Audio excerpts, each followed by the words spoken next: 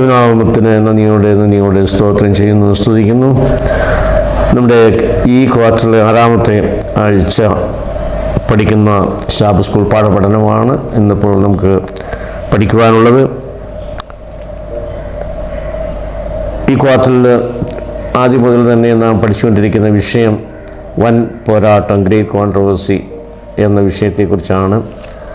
അത് കഴിഞ്ഞ 5 ആഴ്ചകളായിട്ട് ഒരു വൻ പോരാട്ടത്തിൻ്റേതായ പല വിഷയങ്ങളിലേക്ക് പല ആംഗിളിൽ കൂടി നമുക്ക് പഠിക്കുവാൻ, ചിന്തിപ്പാൻ തിരുവചനത്തിൻ്റെ അടിസ്ഥാനത്തിൽ സാധിച്ചു. ഇന്ന് നമുക്ക് 6ാമത്തെ പാഠത്തിൻ്റെ 2 സാക്ഷികൾ എന്ന ടൈറ്റിലുള്ള വിഷയമാണ്. 2 സാക്ഷികൾ. ഇന്നത്തെ പാഠത്തിൻ്റെ മനഃപ്പാഠവാക്യമായിട്ട് യെശയ്യാ പ്രവാചകൻ്റെ പുസ്തകം 40-ാം അധ്യായത്തിൻ്റെ 8ാമത്തെ വാക്യമാണ്. അതിപ്രകാരം വായിക്കുന്നു: പുല്ല് ഉണങ്ങുന്നു, പൂ വാടുന്നു, നമ്മുടെ ദൈവത്തിൻ്റെ വചനമോ എന്നേക്കും നിലനിൽക്കുന്നു. പുല്ലുണങ്ങുന്നു, പൂ വാടുന്നു, നമ്മുടെ ദൈവത്തിൻ്റെ വചനമോ എന്നേക്കും നിലനിൽക്കുന്നു. നമുക്ക് നമ്മുടെ ശാബത്ത് സ്കൂൾ പാഠപഠനത്തിൻ്റെ അനുഗ്രഹത്തിനായിട്ട് പ്രാർത്ഥിക്കാം. പരിശുദ്ധനായ ദൈവമേ, സ്വർഗ്ഗപിതാവേ, നന്ദിയോടെ സമയത്തിനായി സ്തോത്രം ചെയ്യുന്ന അനുഗ്രഹമായ ഒരു വിശുദ്ധ ശബ്ദത്തിൻ്റെ പ്രഭാവത്തിൽ പാഠങ്ങൾ പഠിക്കുവാനും കർത്താവ് ഞങ്ങളെ സഹായിച്ചതിനായി സ്തോത്രം ചെയ്യുന്നു. കർത്താവ് പാഠപഠനത്തിൽ അവിടുത്തെ സാന്നിധ്യവും കൃപയും ആദ്യം മുതൽ അവസാനം വരെ ഉണ്ടായിരിക്കണമെന്ന് പ്രാർത്ഥിക്കുന്നു. പഠിക്കുന്ന പാഠങ്ങൾ ഏറ്റവും നല്ല രീതിയിൽ അടികൾ ഓരോരുത്തരുടെയും ഹൃദയത്തിൽ പതിയുവാനും ദൈവനാമോഹത്തിനായി അത് പ്രയോജനപ്പെടുത്തുവാനും ഞങ്ങളെല്ലാം സഹായിക്കണമെന്ന് പ്രാർത്ഥിക്കുന്നു. ബലഹീനനാടിയനോടും കർത്താവ് കൃപ ചെയ്യണമേ. എല്ലാവരെയും അവിടുത്തെ പരിശുദ്ധാത്മാവിൻ്റെ നിയന്ത്രണത്തിൽ പരിപാലിക്കണമേ എന്ന് പ്രാർത്ഥിക്കുന്നു. ഞങ്ങൾക്ക് ആ ജീവിതത്തെ യേശു ക്രിസ്തു നാമത്തിൽ ചോദിക്കുമ്പോൾ കൃപയോടെ കേൾക്കുമാറാകണമേ. ആമേൻ. കർത്താവിൽ പ്രിയരെ, നാം മനഃപ്പാഠവാക്യത്തിൽ വായിച്ച് കേട്ടതുപോലെ പൂ വാടുന്നു, പുല്ല് ഉണങ്ങുന്നു, അല്ലെങ്കിൽ പുല്ലുണങ്ങുന്നു, പൂ വാടുന്നു, നമ്മുടെ ദൈവത്തിൻ്റെ വചനമോ എന്നേക്കും നിലനിൽക്കുന്നു. കർത്താവായ യേശു ക്രിസ്തു നമ്മുടെ മധ്യത്തിലായിരുന്നപ്പോൾ, ഈ ലോകത്തിലായിരുന്നപ്പോൾ വളരെ വ്യക്തമായിട്ട് ദൈവവചനത്തെക്കുറിച്ച് നമ്മോട് സംസാരിച്ചിട്ടുണ്ട്. ദൈവത്തിൻ്റെ വചനം ഒരിക്കലും മാറ്റമില്ലാത്തതാണ്.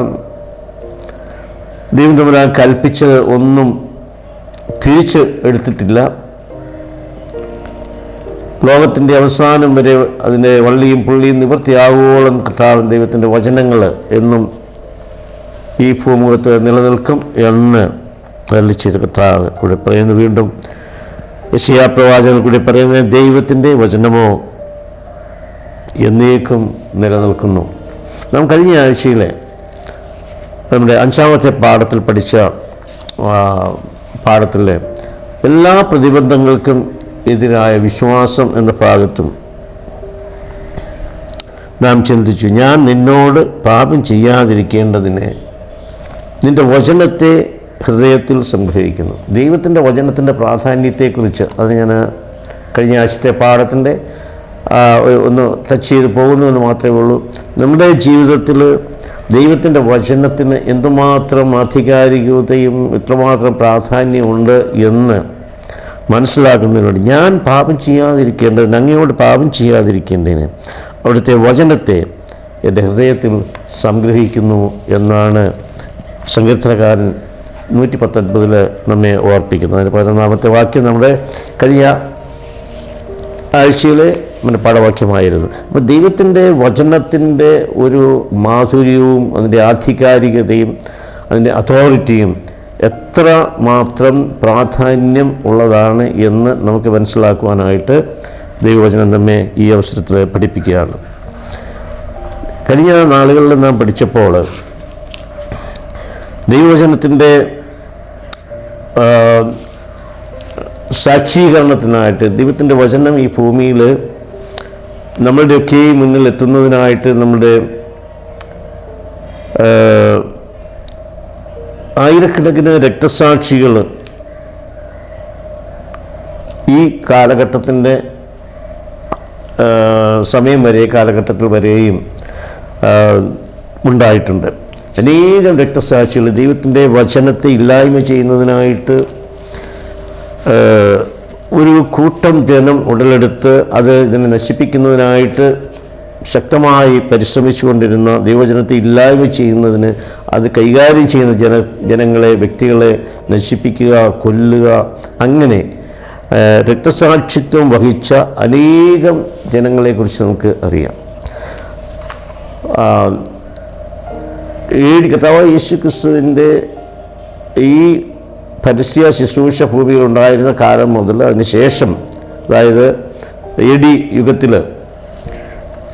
ഏതാണ്ട് മധ്യകാലം 1790 വരെ 1700 മുമ്പ് വരെ വർഷങ്ങളായിട്ട് നൂറ്റാണ്ടുകളായിട്ട് ദൈവത്തിൻ്റെ വചനങ്ങളെ മുദ്രയിട്ട് അടച്ച് ഇട്ട ഒരവസ്ഥയിലായിരുന്നു. എത്രമാത്രം പ്രതികരിക്കുവാനും അതിനെ തടയാൻ ശ്രമിച്ചിട്ടുണ്ടോ ആ സമയത്തൊക്കെ അടപൊട്ടുന്നത് പോലെ പൊട്ടിച്ചിട്ട് പുറത്തേക്ക് ദൈവവചനം അതിശക്തമായിട്ട്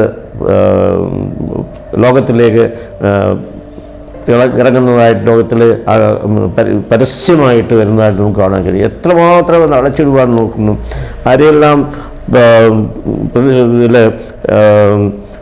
തടവറയ്ക്കകത്തിടുന്നു, എന്തെല്ലാം ചെയ്യുന്നു.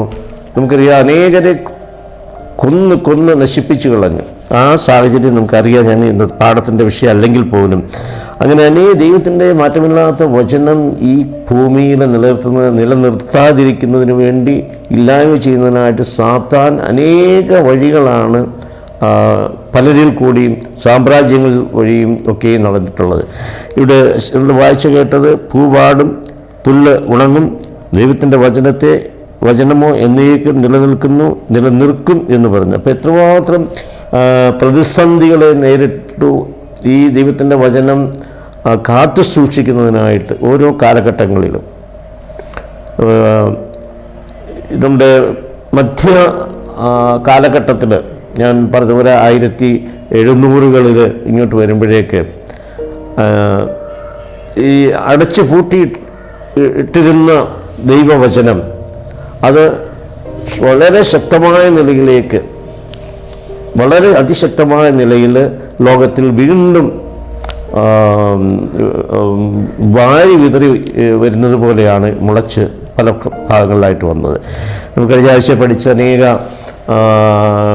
വിശ്വാസ വീരന്മാർ എങ്ങനെയൊക്കെയാണ് അവർ മരണപ്പെടുവാനിടയായത്.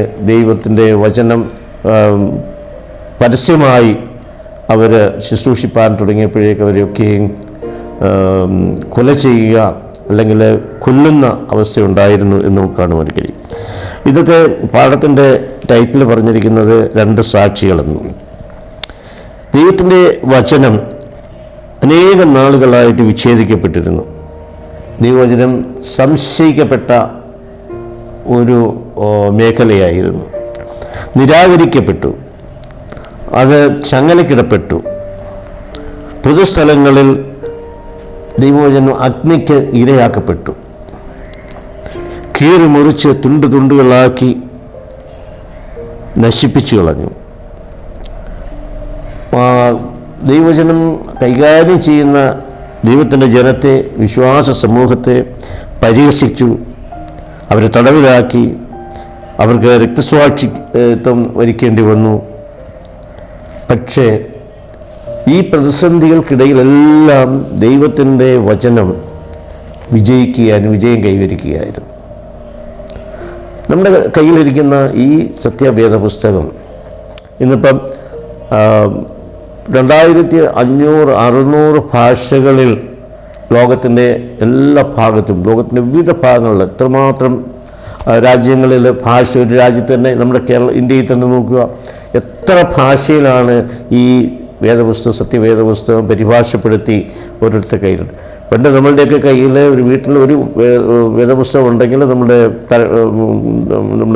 പ്രാർത്ഥിക്കാനും എടുക്കും, ഒരു വേദപുസ്തകമായിരിക്കും എല്ലാവരും കൂടി എടുക്കുന്നത്. ഇന്ന് ഓരോരുത്തരുടെയും കയ്യിൽ, ഒരു വീട്ടിലുള്ള ഓരോ മുറിയിലും 2-3 വേദപുസ്തകങ്ങൾ വെച്ച് ഒരു 5-6 പുസ്തകങ്ങളില്ലാത്ത വീടുകൾ ഇന്ന് നമ്മുടെ ഇടയിലില്ല. അപ്പോൾ അത്രമാത്രം ഈ വേദപുസ്തകം പല തരത്തിലായിട്ട് പല ഭാഷകളിലായിട്ട് അത് ഇപ്രകാരമാക്കുന്നതിന് വേണ്ടി ഇതിനുവേണ്ടി യത്നിച്ച അനേകം ദൈവദാസന്മാർ, നവീകരണ കർത്താക്കൾ, അവർ അഗ്നിക്കിരയാകുകയും അവരെയൊക്കെ ചുട്ടുകൊല്ലുവാനായിട്ട് ഒരു ദൈവദാസനെ അത് ഇംഗ്ലീഷിലേക്ക് ആംഗലേയ ഭാഷയിലേക്ക് വേദപുസ്തകം പണ്ടുണ്ടായിരുന്ന അരാമ്യ ഭാഷയിൽ നിന്നൊക്കെ മാറ്റി ഇംഗ്ലീഷ് ഭാഷയിലേക്ക് ട്രാൻസ്ലേറ്റ് ചെയ്ത് എടുക്കുന്നതിന് വേണ്ടിയിട്ട് ശ്രമിച്ചു. വളരെ രഹസ്യമായിട്ടാണ് അദ്ദേഹം ഇത് ചെയ്തെങ്കിലും പക്ഷേ അത് മനസ്സിലാക്കി അദ്ദേഹത്തെ അത് ഇല്ലായ്മ ചെയ്യുന്നതിനും തൂക്കിക്കൊല്ലുന്നതിനും ഭരണകൂടം വിധിച്ചു. പക്ഷെ അതിനു മുമ്പ് തന്നെ അദ്ദേഹം മരണപ്പെട്ടു എന്നുള്ളത് നമ്മൾ കഴിഞ്ഞ ആഴ്ചയുടെ മുമ്പിലത്തെ 3-ാമത്തെ എപ്പിസോഡിൽ നമ്മൾ പഠിച്ചതാണ്. ആഴ്ചയിൽ ഞാനത് വിവരിക്കുന്നില്ല. അപ്പം ആ ഇംഗ്ലീഷിലേക്ക് ട്രാൻസ്ലേറ്റ് ചെയ്യുന്ന വേദപുസ്തകം ഇന്ന് ഇംഗ്ലീഷിൻ്റെ തന്നെ ഡസൻ കണക്കിനുള്ള വേർഷൻ ലോകത്തിൻ്റെ എല്ലാ രാജ്യങ്ങളിലും എല്ലാ കോണുകളിലും എത്തിച്ചിട്ടുണ്ട്. അപ്പോൾ എല്ലാ കോണിലും ശക്തമായി എത്രമാത്രം ഇത് നശിപ്പിച്ച് തീയിട്ട് എല്ലാം ആക്കി കഴിഞ്ഞെങ്കിലും അവിടെ ദൈവവചനം അത്യധികം ശക്തമായി അത് നിലനിന്നുകൊണ്ടേ പോകുന്നു, വികസിച്ചുകൊണ്ടേ ഇരിക്കുന്നു എന്നുള്ള കാര്യം നാം മനസ്സിലാക്കുക. ഇവിടെ ഇന്നത്തെ പാഠത്തിൻ്റെ പ്രധാനമായിട്ടുള്ള 2-3 പാഠഭാഗങ്ങൾ, വേദഭാഗങ്ങളിൽ വെളിപ്പാട് പുസ്തകം 11-ാം അധ്യായം 3 മുതൽ ഉള്ള ചില വാക്യങ്ങളും, സഖറിയാവിൻ്റെ പ്രവചനം സഖറിയ പുസ്തകം 4-ാം അധ്യായത്തിൽ 2, 6, 14 വാക്യങ്ങൾ, അതുപോലെ വെളിപ്പാട് പുസ്തകത്തിൽ നമുക്ക് 11-ാം 12 അധ്യായങ്ങൾ, ദാനിയേൽ പ്രവാചകൻ്റെ പുസ്തകം 7-ാം അധ്യായം, ഇങ്ങനെ ചുരുങ്ങിയ ഒരു 4-5 പാഠവിഷയങ്ങളാണ് വചനം ആണ് ഇന്നത്തെ പാഠവുമായിട്ട് ബന്ധപ്പെട്ട് നമുക്ക് പഠിക്കുവാനായിട്ടുള്ളത്. ഇവിടെ ഒരു വളരെ മനോഹരമായ ഒരു സാക്ഷ്യം നമ്മുടെ മധ്യേ ഇന്ന് ചിന്തിപ്പാനുള്ളത്.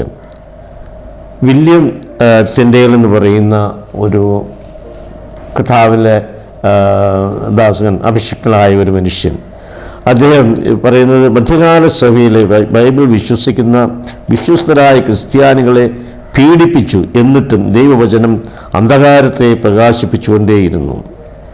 അഴിച്ചമർത്തലും പീഡനവും ദൈവവചനത്തിൻ്റെ പ്രഘോഷത്തെ നിശ്ചലമാക്കുവാൻ പര്യാപ്തമായിരുന്നില്ല.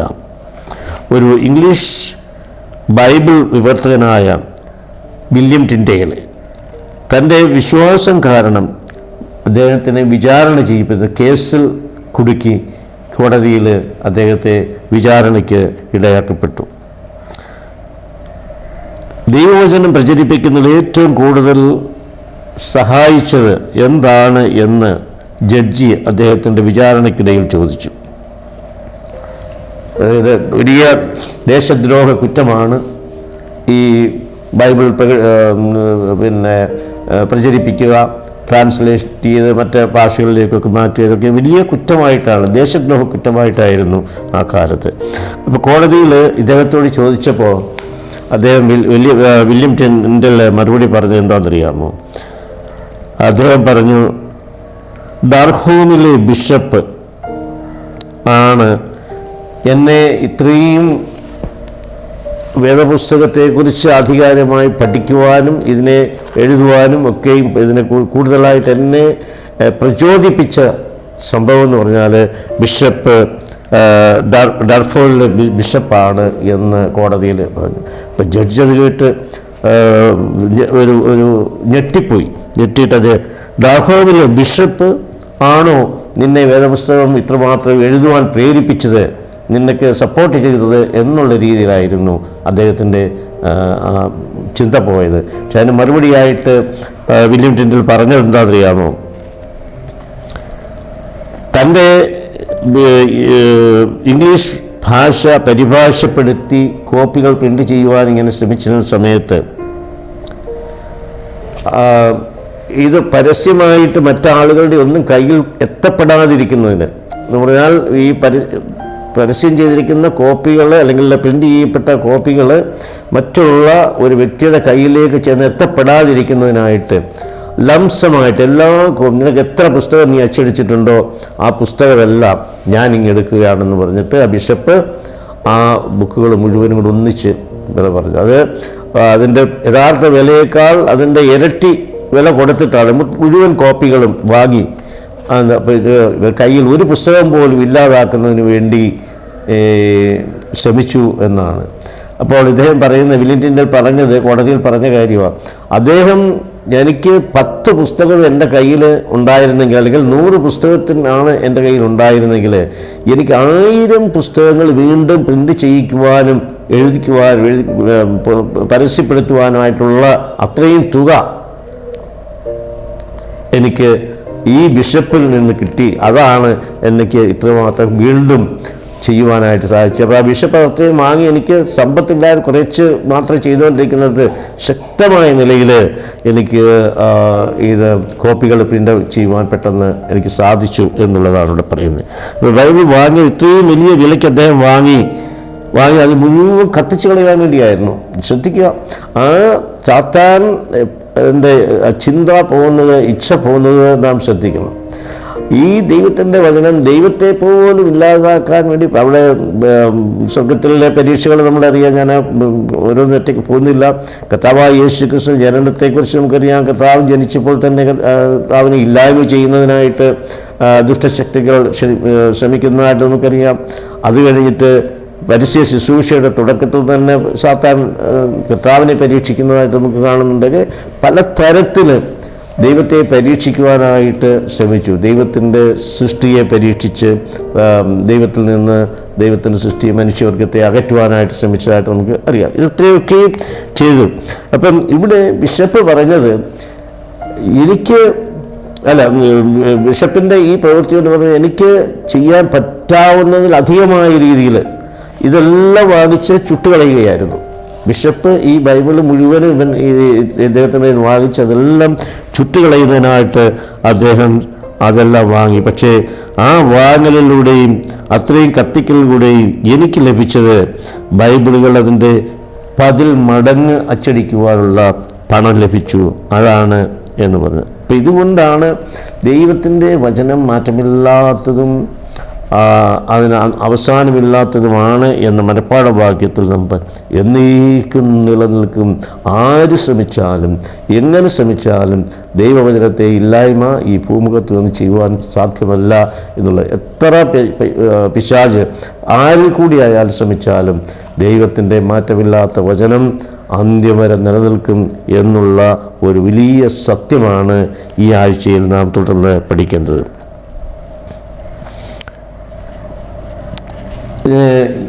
ഈ പ്രതിസന്ധിയുടെ ഇടയിൽ 1700-കളിൽ നമുക്കറിയാം ഫ്രഞ്ച് വിപ്ലവം ഉണ്ടായത്. ഫ്രഞ്ച് വിപ്ലവത്തിൽ എന്ന് പറയുന്നത് സകല ഈ പറയുന്ന ദൈവവിശ്വാസികളായിരിക്കുന്നവരെ മുഴുവൻ അടിച്ചമർത്തുക, റോമ സാമ്രാജ്യവും എല്ലാം കൂടെ ചേർന്ന് ഈ ക്രിസ്ത്യാനികളെ ഇല്ലായ്മ ചെയ്യുന്നതിന് വേണ്ടി ഉള്ള ഒരു വലിയ ശക്തമായ ഒരു തേരോട്ടം ഈ ഫ്രഞ്ച് വിപ്ലവത്തിൽ കൂടി ഉണ്ടാകുന്നത് നമുക്കറിയാം. ഇവിടെ ഫ്രഞ്ച് വിപ്ലവത്തിൻ്റെ കാലത്ത് ഫ്രാൻസിൻ്റെ തെരുവുകളിൽ രക്തപ്പുഴ ഒഴുകി. പാരീസിലെ പൊതുസ്ഥലത്ത് മനുഷ്യരെ വെട്ടിക്കൊല്ലുന്നതിനായിട്ട് നമുക്കറിയാം, ഗില്ലറ്റിൻ ഒരു ബ്ലേഡ്, അതിമൂർച്ചയുള്ള ബ്ലേഡ് ഇങ്ങനെ കഴുത്തങ്ങോട്ട് കയറ്റിയിട്ട് പ്രസ് ചെയ്യുക, കൊല്ലുക. അങ്ങനെ കഴുത്തറത്ത് കൊന്ന് ഒടുക്കിയ അനേകം ക്രിസ്തീയ വിശ്വാസക്കൂട്ടങ്ങളുടെ കഥ ഈ ചരിത്രത്തിൽ ഫ്രഞ്ച് വിപ്ലവത്തിൻ്റെ ഭാഗമായിട്ട് നമുക്ക് കാണുവാൻ കഴിയും. എന്താണ് ഇത്രയും പേരെ കൊന്നതിന് ശേഷം അവർ ഒരു പ്രത്യേക മതം, നിരീശ്വരവാദ മതം, ഒരു ക്രിസ്തീയ മതവും വേണ്ട, ഒന്നും വേണ്ട, നിരീശ്വരവാദത്തിൻ്റെതായ ഒരു മതം ഫ്രാൻസിലും ഒക്കെ അവർ ഡിക്ലെയർ ചെയ്തു. അത് വളർത്തുവാൻ ശ്രമിച്ചു എന്ന് നമുക്കിവിടെ കാണുവാൻ കഴിയും. ഞായറാഴ്ചത്തെ പാഠത്തിലേക്ക് നാം വരുമ്പോൾ അവിടെ രണ്ട് സാക്ഷികളുടെ പ്രധാന വിഷയം അവിടെ പറയുന്നത് നമുക്ക് വെളിപ്പാട് പുസ്തകം 11-ാം അധ്യായത്തിൻ്റെ 2-4 വാക്യങ്ങൾ നമുക്കൊന്ന് ചിന്തിച്ച് കടന്നു പോകാം. ആലയത്തിന് പുറത്തുള്ള പ്രാകാരം അളക്കാതെ വിട്ടേക്കാം, അത് ജാതികൾക്ക് കൊടുത്തിരിക്കുന്നു. അവർ വിശുദ്ധ നഗരത്തെ 42 മാസം ചവിട്ടും. അന്ന് ഞാൻ എൻ്റെ 2 സാക്ഷികൾക്കും വരം നൽകും. ഇവിടെ പറയുന്നത് വെളിപ്പാടുകാരനായ യോഹന്നാൻ വളരെ വ്യക്തമായി പറയുന്നു. 2 സാക്ഷികളെ കുറിച്ച് ഇവിടെ പറയുന്നത്. അന്ന് ഞാൻ എൻ്റെ 2 സാക്ഷികൾക്കും വരം നൽകും. അവർ രട്ട് ഉടുത്തും കൊണ്ട് 1260 ദിവസം പ്രവചിക്കും. അവർ ഭൂമിയുടെ കർത്താവിൻ്റെ സന്നിധിയിൽ നിൽക്കുന്ന 2 ഒലീവ് വൃക്ഷവും 2 നിലവിളക്കും ആകുന്നു. അവിടെ പറയുന്നത് 2 ഒലീവ് വൃക്ഷത്തെക്കുറിച്ച് അവിടെ സൂചിപ്പിച്ച് പറയുന്നു. വെളിപ്പാടിൽ പറയുന്നത് 2 സാക്ഷികളെക്കുറിച്ച്, 2 സാക്ഷികൾ പ്രത്യേകമായിട്ട് പറയുന്നത് 2 ഒലീവ് വൃക്ഷമായിരിക്കും എന്ന് ഇവിടെ പറയുന്നു. അതിൻ്റെ 4-ാമത്തെ വാക്യമാണ് നമ്മളിപ്പോൾ വായിച്ചത്. കർത്താവിൻ്റെ സന്നിധിയിൽ നിൽക്കുന്ന 2 ഒലീവ് വൃക്ഷവും 2 നിലവിളക്കും ആകുന്നു. ആരെങ്കിലും അവർക്ക് ദോഷം ചെയ്യുവാൻ ഇച്ഛിച്ചാൽ അവരുടെ വായിൽ നിന്ന് തീ പുറപ്പെട്ട് അവരെ ശത്രുക്കളെ, അത് അടുത്തൊരു ഭാഗത്തേക്ക് നമുക്ക് ചിന്തിക്കാം. എന്നാൽ ഈ വെളിപ്പാട് പുസ്തകത്തിൽ നാം ഇപ്പോൾ വായിച്ച 4-ാം വാക്യത്തിൽ കേട്ട 12:4 കേട്ട ആ 2 സാക്ഷികൾ, അത് സെഖറിയാവിൻ്റെ പുസ്തകത്തിലേക്ക് നമ്മൾ പോകുമ്പോൾ നമുക്ക് അവിടെ ഇതേ വിഷയം, ഈ വിഷയം തന്നെ സെഖറിയാവ് 4-ാമത്തെ അധ്യായത്തിൽ നമുക്ക് കാണുവാൻ കഴിയും. അത് നമുക്ക് സെഖറിയാവ് 4-ൽ നമുക്ക് ചിന്തിക്കാം. എന്നോട് സംസാരിക്കുന്ന ദൂതൻ പിന്നെയും വന്ന് ഉറക്കത്തിൽ നിന്ന് ഉണർത്തുന്നത് പോലെ എന്നെ ഉണർത്തി. നീ എന്ത് കാണുന്നു എന്ന് എന്നോട് ചോദിച്ചതിന് ഞാൻ മുഴുവനും പൊന്നുകൊണ്ടുള്ള ഒരു വിളക്ക് തണ്ടും അതിൻ്റെ തലയ്ക്കൽ ഒരു കുടവും അതിന്മേൽ 7 വിളക്കും അതിൻ്റെ തലയ്ക്കലുള്ള 7 വിളക്കിന് 7 കുഴലും അതിനരികെ കുടത്തിൻ്റെ വലത്തുഭാഗത്തും വലത്തുഭാഗത്തൊന്നും ഇടത്തുഭാഗത്തൊന്നും ഇങ്ങനെ 2 ഒലീവ് മരവും ഞാൻ കാണുന്നു എന്ന് പറഞ്ഞു. വീണ്ടും നമ്മളിപ്പോൾ കണ്ടത് സെഖറിയാവിൻ്റെ പുസ്തകത്തിലും വെളിപ്പാട് പുസ്തകം 11-ാം അധ്യായത്തിൽ നാം കണ്ട അതേ വെളിപ്പാട്, ആ സംഭവം, ആ ചിത്രം തന്നെയാണ് ഇവിടെ സെഖറിയാവിൻ്റെ പുസ്തകത്തിലും പറയുന്നത്. അവിടെ 2 സാക്ഷികൾ, 2 കുടത്തിൻ്റെ, ഒന്ന് കുടത്തിൻ്റെ ഇടത്തും കുടത്തിൻ്റെ വലത്ത് ഒന്നുമായിട്ട് 2 ഒലീവ് മരവും ഞാൻ കാണുന്നു എന്ന് പറഞ്ഞു. എന്നോട് സംസാരിക്കുന്ന ദൂതനോട് ഞാൻ യജമാനൻ ഇതെന്താകുന്നു എന്ന് ചോദിച്ചു. എന്നോട് സംസാരിക്കുന്ന ദൂതൻ എന്നോട് ഇതെന്താകുന്നു എന്ന് നീ അറിയുന്നില്ലയോ എന്ന് ചോദിച്ചു. ഇല്ല എന്ന് പറഞ്ഞതിന് സെരുബാബേലിനോടുള്ള യഹോവയുടെ അരുളപ്പാടാവിത്, സൈന്യത്താലല്ല ശക്തിയാലുമല്ല എൻ്റെ ആത്മാവിലത്രേ എന്ന് സൈന്യങ്ങളുടെ യഹോവ അരുളി ചെയ്യുന്നു. അത് സൈന്യത്താലുമല്ല ശക്തിയാലുമല്ല ദൈവത്തിൻ്റെ ആത്മാവിനാൽ ആണ് എന്ന് അവിടെ അരുളി ചെയ്യുന്നതായിട്ട് നമുക്ക് കാണുവാൻ കഴിയുന്നു. അവിടെ 2 പൊൻനിലവിളക്കിൻ്റെ 2 സൈഡിലുമായിട്ട് ഓരോ ഒലീവ് മരം നിൽക്കുന്നതായിട്ട് നമുക്ക് കാണാൻ കഴിയുന്നു. എന്നിട്ട് താഴോട്ട് വായിക്കുമ്പോൾ ഒലീവ് മരത്തിൽ നിന്ന് എണ്ണ പകർന്ന് അത് തീ കത്തുന്നതായിട്ട്, വിളക്ക് കത്തുന്നതായിട്ട് നമുക്ക് കാണുവാൻ കഴിയുന്നു. 2 അഭിഷിക്തന്മാർ, അതിന് ഒലീവ് മരങ്ങൾ പ്രവാചകൻ കണ്ടു. വെളിപ്പാട് 11-ാം അധ്യായത്തിൽ കാണുന്ന ചിത്രമാണ്. അതിന് സർവ്വഭൂമിയുടെയും കർത്താവിൻ്റെ സന്നിധിയിൽ നിൽക്കുന്ന 2 അഭിഷിക്തന്മാർ എന്ന് പറഞ്ഞു. സെഖറിയാവ് 4:14 അത് വളരെ വ്യക്തമായിട്ട് നമുക്ക് കാണുന്നു. 2 ആ സാക്ഷികളെ 2 അഭിഷിക്തന്മാരാണ് എന്ന് അവിടെ പറയും. 14-ാമത്തെ വാക്യത്തിൽ ഇവർ സർവ്വഭൂമിയുടെയും കർത്താവിൻ്റെ സന്നിധിയിൽ നിൽക്കുന്ന രണ്ട് അഭിഷിക്തന്മാർ. ഇത് രണ്ട് ഒലിവ് വൃക്ഷത്തെ കാണിച്ചുകൊണ്ട് പറയും, ഇത് കർത്താവിൻ്റെ സന്നിധിയിൽ നിൽക്കുന്ന രണ്ട് അഭിഷിക്തന്മാരാണ് എന്ന് നമുക്ക് ഇവിടെ കാണുവാൻ കഴിയുന്നു. വളരെ പരസ്യമായി പ്രഖ്യാപിക്കുകയാണത്. ഇവിടെ പറയുന്നത്, തുടർന്ന് ഒലിവ് മരങ്ങൾ ഈ വിളക്ക് തണ്ടിലേക്ക് എണ്ണ പകരുന്നു, അങ്ങനെ ആ വിളക്ക് പ്രകാശിച്ചുകൊണ്ടേയിരിക്കും. നമ്മുടെ സങ്കീർത്തനം 119 നമുക്ക് കാണുവാൻ 19 നമുക്ക് കാണുന്നതിൻ്റെ വചനം എൻ്റെ കാലിന് ദീപവും എൻ്റെ പാതയ്ക്ക് പ്രകാശവും ആകുന്നു.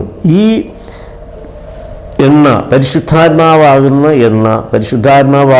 എണ്ണ ഈ ഒലിവ് മരത്തിൻ്റെ ശിഖരങ്ങളിൽ നിന്ന് ഒഴുകി വിളക്ക് പ്രകാശിച്ചുകൊണ്ടേ ഇരിക്കുന്നു. ആ പ്രകാശത്തിലാണ് സങ്കീർത്തനക്കാരൻ നമ്മളോട് ഓർമ്മിപ്പിക്കുന്നത്, ഈ പരിശുദ്ധാത്മാവിനാൽ കത്തിക്കൊണ്ടിരിക്കുന്ന ആ വെളിച്ചം, ദൈവത്തിൻ്റെ വചനം ആകുന്ന വെളിച്ചം എൻ്റെ കാലിന് പ്രകാശവും എൻ്റെ പാതയ്ക്ക് പ്രകാശവും കാലിന് ദീപവുമായിട്ട് ആകുന്നു എന്ന്. ഇപ്പം എണ്ണ നമുക്കറിയാമല്ലോ പരിശുദ്ധാത്മാവിനെ പ്രതികരിക്കുന്നു. നമ്മൾ സെഖര്യാവിൻ്റെ പുസ്തകത്തിൽ വളരെ അർത്ഥവത്തായ ആവശ്യമായ 2-3 കാര്യങ്ങളാണല്ലോ പഠിച്ചത്. സാക്ഷികളെക്കുറിച്ചും അതിൻ്റെ ഒലിവ് മരത്തെക്കുറിച്ചും അതിൻ്റെ പ്രത്യേകതയെക്കുറിച്ചും അതിൽ നിന്ന് എണ്ണ ഒഴുകി വിളക്ക് പ്രകാശിച്ച് അതൊക്കെയും നമ്മുടെ ജീവിതത്തിന്, വിശ്വസ്തരുടെ ജീവിതത്തിന് ഏറ്റവും അനുഗ്രഹകരമായ രീതിയിൽ ദൈവത്തിൻ്റെ വചനം ആകുന്ന ആ പ്രകാശം, ദൈവവചനമാകുന്ന പ്രകാശം എങ്ങനെ ജ്വലിച്ച് നമ്മുടെ കാലുകൾക്ക് ദീപവും പ്രകാശവുമായിട്ട് തീരും എന്നുള്ളതാണ് ഇവിടെ നമ്മെ പഠിപ്പിക്കുന്നത്. പരിശുദ്ധാത്മാവാകുന്ന എണ്ണയുടെ അനുഭവം നമ്മുടെ ജീവിതത്തിൽ എപ്പോഴും ഉണ്ടായിരിക്കണം എന്ന് പാഠം നമ്മെ ഇവിടെ ഓർപ്പിക്കുകയാണ്. ഈ സാക്ഷികൾക്കും പ്രവചിക്കുന്നിടത്തോളം കാലം അവിടെ മഴ പെയ്ക്കുക. നമ്മൾ വെളിപ്പാട് പുസ്തകത്തിൽ വായിച്ച ഭാഗമാണ്, തുടർന്ന് അത്രയും വായിച്ചില്ല, തുടർന്ന് താഴോട്ട് വായിച്ചില്ലെങ്കിൽ തന്നെയും അവിടെ മഴ പെയ്ക്കാതിരിക്കുന്നതിനെ കുറിച്ചൊക്കെ ഒരു സംഭവമുണ്ട്. അവിടെ ദുഷ്ടശക്തികളും ദൈവത്തിൻ്റെ ആത്മാവിൻ്റെ ശക്തിയും തമ്മിൽ ഒരു വലിയ സംഘട്ടനം ആ ഭാഗത്ത് നടക്കുന്നതായിട്ട് നമുക്ക് അവിടെ കാണുവാൻ കഴിയുന്നുണ്ട്. ഭൂമിയെ മഹാമാരികളിൽ നശിപ്പിക്കുവാനും കഴിയുന്ന ഒരു സാക്ഷിയാണ് അവിടെ ജീവിച്ചിരിക്കുന്നത് എന്നാണ് പറയുന്നത്. പ്രവചിക്കുന്നിടത്തോളം കാലം മഴ പെയ്ക്കാതിരിക്കുവാൻ കഴിയും, വെള്ളത്തെ രക്തമാക്കി മാറ്റാനും ഭൂമിയെ മഹാമാരികളാൽ നശിപ്പിക്കുവാനും കഴിയും. ദൈവവചനത്താൽ ഇസ്രായേലിൽ മഴ പെയ്യില്ലെന്ന് ഏലിയാവ് പറഞ്ഞു. നമുക്കറിയാമല്ലോ അത് എവിടെയാണ്. നമുക്ക് 1 രാജാക്കന്മാരുടെ പുസ്തകത്തിൽ നമുക്ക് കാണാൻ കഴിയും. യാക്കോബിൻ്റെ ലേഖനം 5-ാം അധ്യായത്തിൽ ഒരു 3.5 വർഷക്കാലം മഴ ഇല്ലാതെ ക്ഷാമമായിരുന്ന ഒരു സാഹചര്യം നമ്മുടെ അനുഭവത്തിൽ നമ്മൾ പഠിച്ചിട്ടുള്ള വിഷയമാണത്. ഞാനത് ആ ഭാഗത്തേക്ക് കടക്കുന്നില്ല. ഇവിടെ 3.5 വർഷക്കാലം മഴ പെയ്ക്കാതിരിക്കുവാൻ കഴിഞ്ഞു എന്നുള്ളതാണ്. വരൾച്ച അവസാനിപ്പിക്കുന്നത് പരാജയപ്പെട്ടതിൽ തുടർന്ന് വീണ്ടും മഴ മടങ്ങിയെത്തി എന്ന് 1 രാജാക്കന്മാരുടെ പുസ്തകത്തിൽ നമുക്ക് കാണുവാൻ കഴിയും. മോശ ദൈവവചനത്തിലൂടെ മിസ്രയീമ്യരുടെ മേൽ എല്ലാത്തരം ബാധകളും കൊണ്ടുവന്നു വെള്ളം വ്യക്തമാക്കി മാറ്റി. കാരണം ദൈവജനത്തെ സ്വതന്ത്രരാക്കുവാൻ ഫറവോൻ വിസമ്മതിച്ചതുകൊണ്ട്. അപ്പോൾ അവിടെ ദൈവത്തിൻ്റെ ശക്തി, ദൈവത്തിൻ്റെ വചനം, ദൈവത്തിൻ്റെ കൽപ്പനകൾ ഒക്കെ എത്ര ശക്തമായ നിലയിലായിരുന്നു അവിടെ സാക്ഷ്യമായി നിന്നത് എന്ന് നാം ഓർക്കുക. തിരുവെഴുത്തുകളെ ദോഹിക്കുവാൻ നോക്കുന്നവരെ അവരുടെ വായിൽ നിന്ന് വരുന്ന തീ ദഹിപ്പിക്കും ദൈവം അരുളി ചെയ്തു.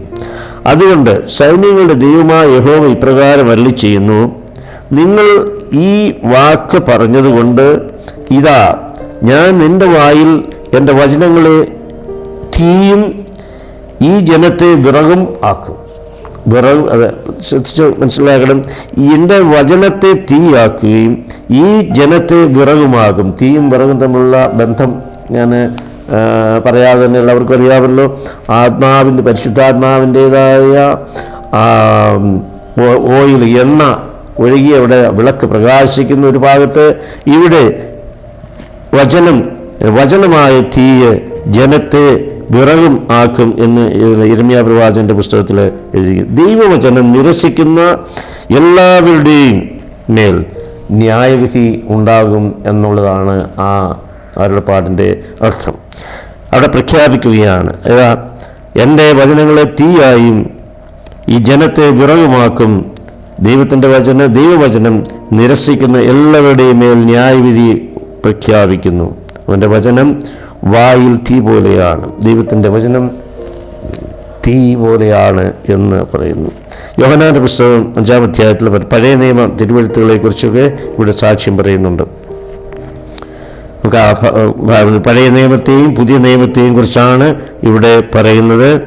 ഒരു സുവിശേഷം ലോകമെമ്പാടും ഒരു സാക്ഷിയായി പ്രസംഗിക്കപ്പെടുമെന്നും ദൈവം പറയുന്നു. അപ്പം ഒരു സാക്ഷിയുടെ ദൈവത്തിൻ്റെ വചനം ഏറ്റവും വലിയൊരു സാക്ഷ്യമാണ്. ദൈവത്തിൻ്റെ തിരുവചനം ലോകം എത്ര നമ്മൾ പറഞ്ഞല്ലോ, തുടക്കത്തിൽ പറഞ്ഞ പോലെ എവിടെയെല്ലാം അതിനെ വെട്ടിമുറിച്ച് ഇല്ലായ്മ ചെയ്യാൻ വേരുവരെ ഉണക്കുവാൻ പരിശ്രമിച്ചപ്പോഴും ദൈവത്തിൻ്റെ വചനം മാറ്റമില്ലാതെ തുടർന്ന് ഇങ്ങനെ വ്യാപിച്ച് വേര് മുറിച്ച് കഴിയുമ്പോൾ അതിൻ്റെ അടിയിലൊരു കൊച്ചു ഞരമ്പ് വേരിരുന്നാൽ അത് കളിച്ച് വചനം ശക്തമായിട്ട് വന്നത് നമുക്ക് കാണുവാൻ കഴിയുന്നു. 24:11 പറയുന്നത് പോലെ സുവിശേഷം ലോകമെമ്പാടും ഒരു സാക്ഷിയായി പ്രസംഗിക്കപ്പെടുമെന്നും ദൈവം പറയുന്നു. പുതിയ നിയമത്തോടും പഴയ നിയമത്തോടും ആ സാക്ഷ്യത്തിൻ്റെ അടിസ്ഥാനമാണ് ഈ 2 വാക്യങ്ങളിലായി ഉപയോഗിച്ചിരിക്കുന്ന സാക്ഷ്യത്തിലുള്ള പദങ്ങളും അതേ ധാതുവിൽ നിന്നുള്ള അല്ലെങ്കിൽ രക്തസാക്ഷികൾ എന്ന ഒരു വാക്ക് വെളിപ്പാട് പുസ്തകത്തിൽ നാം വായിച്ച് കണ്ടല്ലോ. അടുത്ത ഭാഗത്തേക്ക് നമുക്ക് വരുമ്പോൾ തിങ്കളാഴ്ചത്തെ പാഠഭാഗത്തേക്ക് നമുക്ക് കണ്ടവിടെ പ്രവാചകന്മാരുടെ ഒരു കാലഘട്ടത്തെക്കുറിച്ച് ഇവിടെ പറയുന്നത്. പ്രവാചക കാലഘട്ടം, അതിന് ആധാരമായിട്ടുള്ള ഭാഗം വെളിപ്പാട് പുസ്തകം 11-ന്റെ 3-ാമത്തെ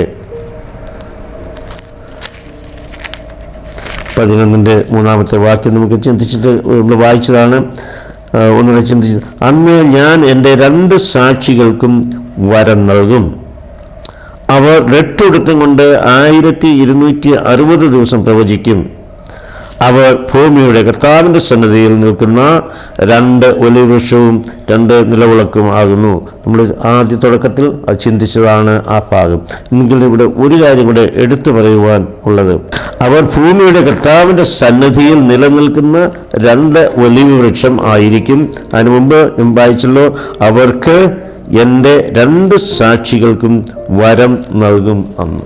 ആ 2 സാക്ഷികൾക്കും വരം നൽകും എന്ന് പ്രത്യേകം അവിടെ പറയുന്നു. കാലഘട്ടം ഇവിടെ 12-ാം അധ്യായത്തിൻ്റെ 5ഉം 6ഉം വാക്യങ്ങളിലൂടെ നമുക്ക് ചിന്തിച്ചിട്ട് താഴോട്ട് കടന്നു പോകാം. 12-ന്റെ 5ഉം 6ഉം വാക്യങ്ങൾ ഇവിടെ വായിക്കുന്നത് എനിക്ക് 4-ാമത്തെ വാക്യം തൊട്ട് വായിച്ചാൽ കൊള്ളാമെന്നുണ്ട്. നമുക്ക് അതോടെ വായിച്ചിട്ട് പോവാം.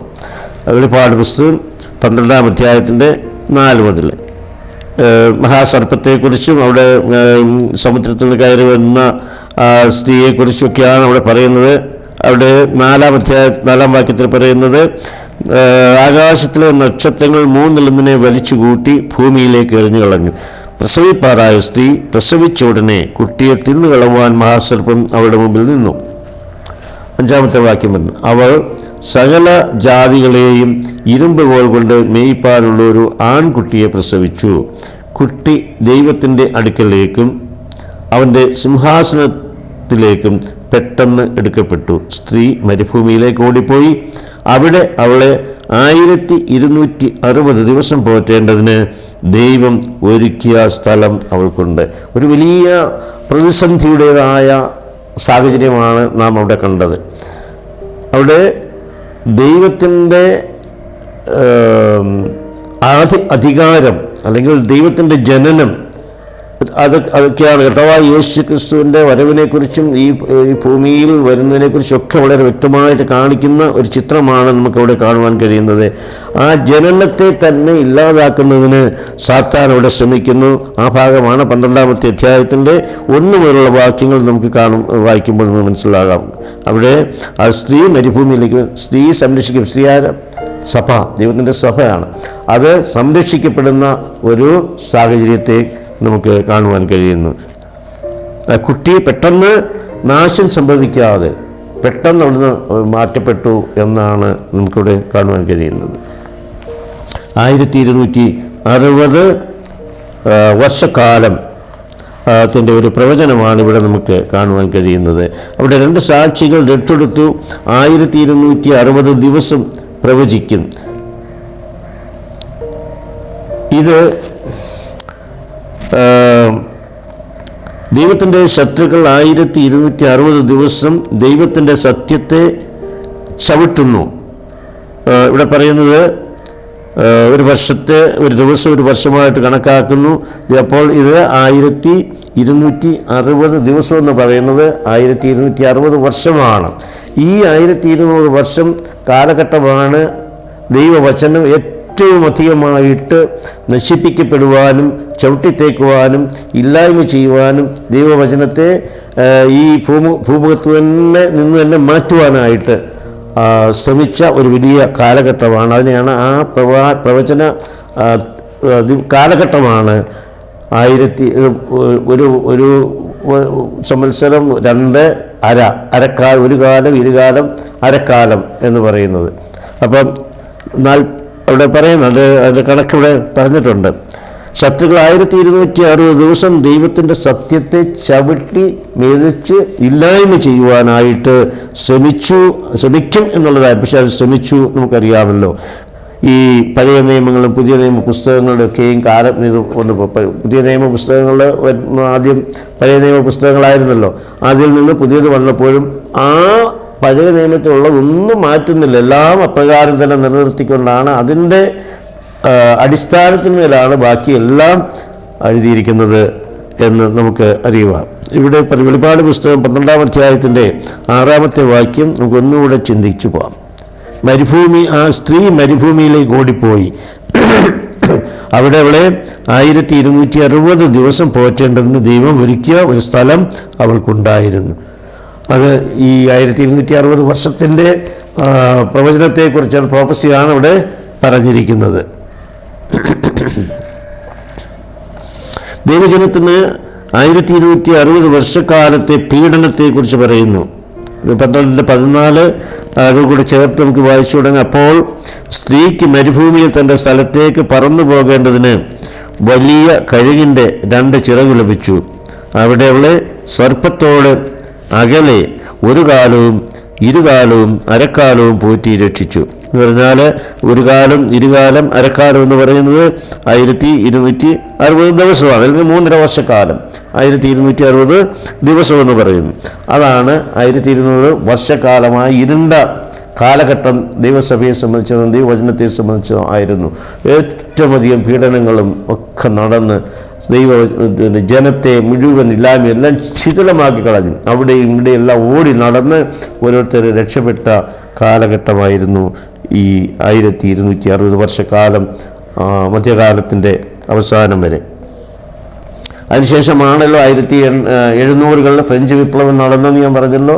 ആ ഫ്രഞ്ച് വിപ്ലവത്തിന് ശേഷമാണ് ആധുനിക പരിഷ്കർത്താക്കൾ വീണ്ടും ഈ ദൈവവചനത്തെ കൂടുതൽ പഠിക്കുവാനായിട്ട് അതിൻ്റെ രേഖകൾ എവിടെ നിന്നെല്ലാം ചികഞ്ഞു കിട്ടും അതെല്ലാം എടുത്തുകൊണ്ട് അവർ ദൈവവചനത്തെ വീണ്ടും സജീവമായ ഒരു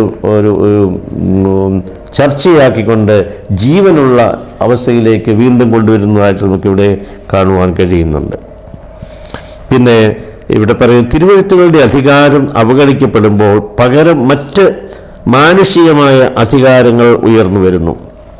നേരത്തെ ഞാൻ സൂചിപ്പിച്ചല്ലോ, നിരീശ്വരവാദം. കാരണം ദൈവവചനവും ദൈവജനവും ദൈവസഭയും ഒന്നും നിലനിൽക്കാൻ പാടില്ല എന്നുള്ളതിന് ഒരു വലിയ സഭ ഒരു രാഷ്ട്രീയമായിട്ട് തന്നെ തീരുമാനമെടുത്തിട്ട് നിരീശ്വരവാദം പ്രചരിപ്പിക്കുന്ന അതാണ് അവിടുത്തെ സഭയുടെ ആയിട്ട് ഫ്രഞ്ച് വിപ്ലവം എന്ന കാലത്തുണ്ടാക്കിയത്.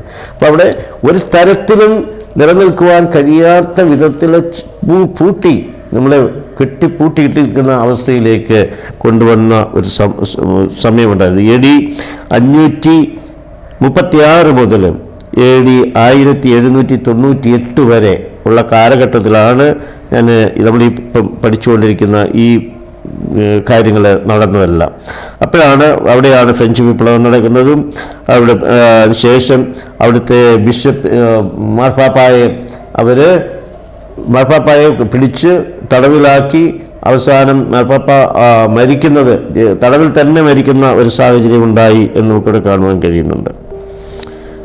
1260 വർഷങ്ങളിൽ ദൈവവചനം ദൈവത്തിൻ്റെ 2 സാക്ഷികൾ ഉടുത്തിരുന്നു.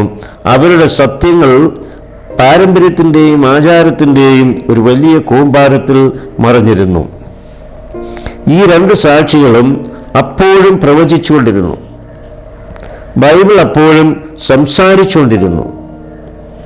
ഈ ആത്മീയ അന്ധകാരത്തിനിടയിലും ദൈവത്തിൻ്റെ വചനം സംരക്ഷിക്കപ്പെട്ടു.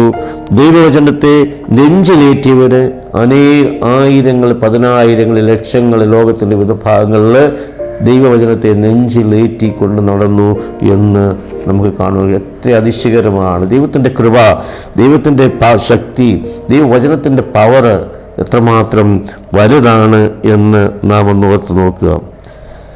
ഈ ആത്മീയ അന്ധകാരത്തിനിടയിലും ദൈവവചനം സംരക്ഷിക്കപ്പെട്ടു. ദൈവവചനത്തിൽ നെഞ്ചിലേറ്റിയവരും അതനുസരിച്ച് ജീവിച്ചവരും ഉണ്ടായിരുന്നു. എന്നാൽ യൂറോപ്പിലെ ബഹുജനങ്ങളുമായി താരതമ്യപ്പെടുത്തുമ്പോൾ അവർ കുറവായിരുന്നു. നമ്മുടെ ഇന്നത്തെ അവസ്ഥ പോലെ എണ്ണത്തിൽ കുറവായിരുന്നു. എങ്കിലും ആ വചനത്തിൻ്റെ വിത്ത് വളരെ ശക്തമായിട്ടാണ് വിത്ത് കിളിർത്ത് പടർന്ന് പന്തലിച്ച് അതിൻ്റെ ഫ്രൂട്ട്സ്, അതിൻ്റെ വിത്തുകൾ വളരുവാൻ തുടങ്ങിയതൊക്കെയും. ഇവിടെ വാൾഡൻസികൾ, John Hus, Jerome, Martin Luther, Ulrich Zwingli, John Calvin, Charles Wesley, ഇങ്ങനെ അനേകം പരിഷ്കർത്താക്കൾ ഈ കാലഘട്ടത്തിലാണ് 1800-കളിൽ ആണ് ദൈവവചനം കൂടുതലായി ആഴത്തിലേക്ക് പഠിച്ച് അതിൻ്റെ വിപണനം, അതിൻ്റെ വിതരണം കൂടുതലായി എഫക്റ്റീവായി വരുന്നതിന് വേണ്ടി ശ്രമിച്ച അനേകം ദൈവദാസന്മാരെ കുറിച്ചാണ് ഇവിടെ നമുക്ക് കാണാൻ കഴിയുന്നത്. യൂറോപ്പിലെ ബഹുജനങ്ങളുമായി താരതമ്യേന പെടുത്തുമ്പോൾ എണ്ണത്തിൽ കുറവാണ്. ഈ പറഞ്ഞ വാൾഡൻസികൾ, John Hus, Jerome, Martin Luther, നമുക്കറിയാമല്ലോ മാർട്ടിൻ ലൂതറൊക്കെയും എന്തുമാത്രം ദൈവത്തിൻ്റെ വചനം, മാറ്റമില്ലാത്ത ദൈവവചനത്തെ ശക്തമായ രീതിയിൽ, അതിശക്തമായ രീതിയിൽ ഈ ലോകത്തിൻ്റെ വിവിധ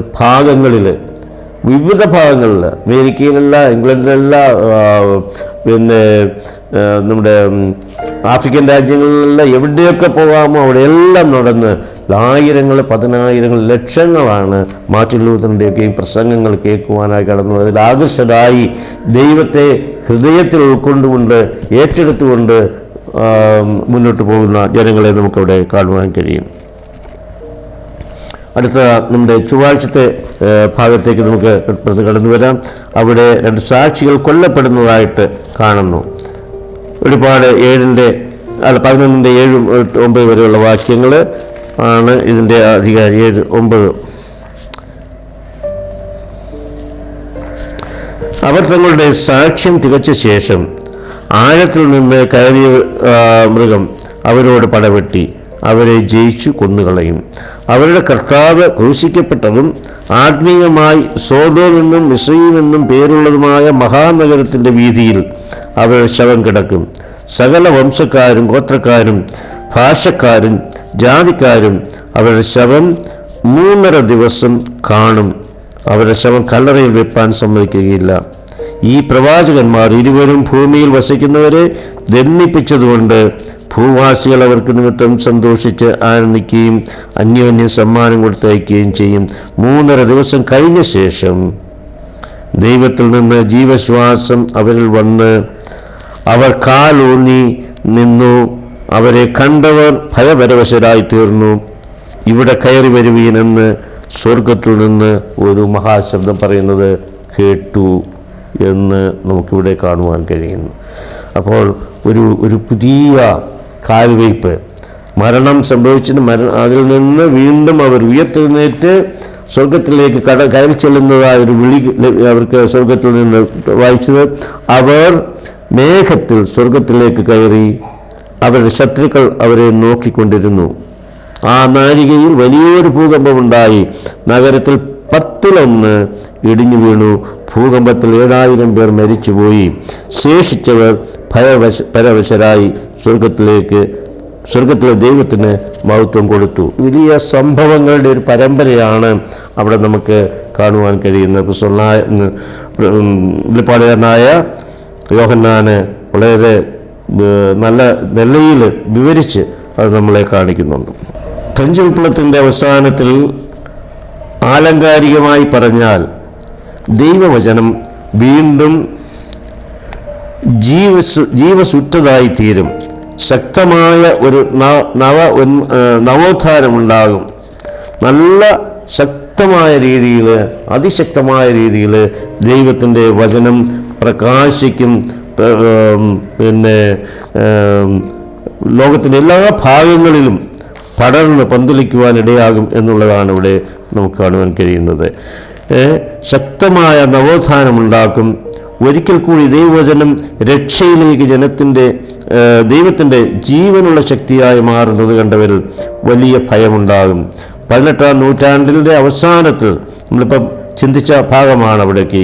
ദൈവത്തിൻ്റെ ദാസന്മാർ ശക്തമായി എഴുന്നേറ്റ് ദൈവത്തിൻ്റെ ജീവനുള്ള സാക്ഷികളായി, ജീവനുള്ള പ്രകാശമായി അവർ ശോഭിക്കുന്നത് നമുക്ക് കാണുവാൻ കഴിഞ്ഞു. 18-ാം നൂറ്റാണ്ടിൻ്റെ അവസാനത്തിൽ ഭൂമിയുടെ അറ്റങ്ങളിലേക്ക് സുവിശേഷം എത്തിക്കുവാൻ പ്രതിജ്ഞാബദ്ധരായ പുരുഷന്മാരെയും സ്ത്രീകളെയും ദൈവം ഉയർത്തി. ഇന്ത്യയിൽ സഞ്ചരിച്ച് ഡസൻ കണക്കിന് ഇന്ത്യൻ ഭാഷകളിൽ വേദപുസ്തകം പരിഭാഷപ്പെടുത്തിയ വില്യം കേരിയെ പോലെയുള്ള സുവിശേഷകന്മാർ തിരുവചനത്തിൻ്റെ സന്ദേശം അതിവേഗം പ്രചരിപ്പിച്ചു. തിരുവചനത്തിൻ്റെ ശക്തിയാൽ പ്രചോദിതരായ മിഷണറിമാർ ലോകത്തിൻ്റെ വിവിധ ഭാഗങ്ങളിലേക്ക് അയച്ചു. അപ്പോൾ ഇന്ത്യയിൽ തന്നെ നമ്മൾ അനേകം ഭാഷകൾ, ഇന്ത്യയിലുള്ള അനേകം വില്യം കേരിയാണ് ഇംഗ്ലീഷിൽ ഇവിടെ നമ്മുടെ ട്രാൻസ്ലേഷനൊക്കെ ഇംഗ്ലീഷിൽ നിന്നൊക്കെയും നമ്മുടെ ഭാഷകൾക്ക്, ഇന്ത്യയിലെ പല ഭാഷകൾക്കും അനുയോജ്യമായ രീതിയിൽ അതിൻ്റെ അന്തസത്വം നഷ്ടപ്പെടാതെ അടിസ്ഥാനപരമായ ആ സത്യത്തിൽ മുന്നിൽ നിന്നുകൊണ്ട് പരിഭാഷപ്പെടുത്തി നമുക്ക് ഇന്ന് നമ്മളിലൊക്കെയും കയ്യിലിരിക്കുന്ന രീതിയിലേക്ക് നമുക്ക് പഠിക്കുവാനായിട്ട് ദൈവവചനം ഒരുക്കിയത് വില്യം കേരിയെ പോലുള്ള പ്രഗത്ഭരായ അഭിഷിക്തരായ സമർപ്പിക്കപ്പെട്ട ദൈവകർത്തദാസന്മാരായിരുന്നു എന്ന് നാം ഓർക്കുക.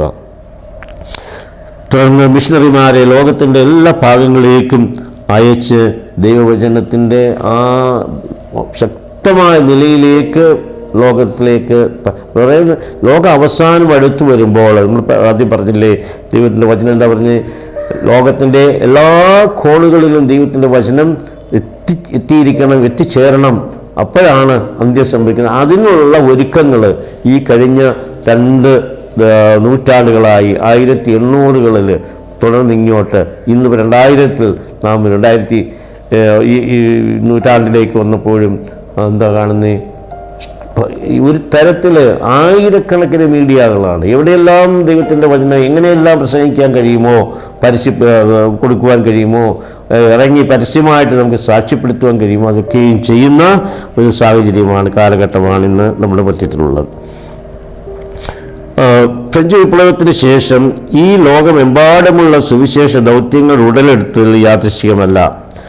പലർക്കും അത് മരിച്ചതായി തോന്നിയെങ്കിലും ദൈവവചനം ഒരു ജീവനുള്ള വചനമാണ്.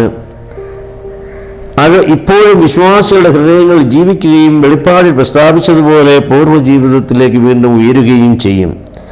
അവിശ്വാസിയായ വോൾട്ടയർ ഒരിക്കൽ വീമ്പിളക്കിക്കൊണ്ട് ഒരു പരിഹാസ രൂപത്തിൽ വോൾട്ടയർ സംസാരിച്ചു.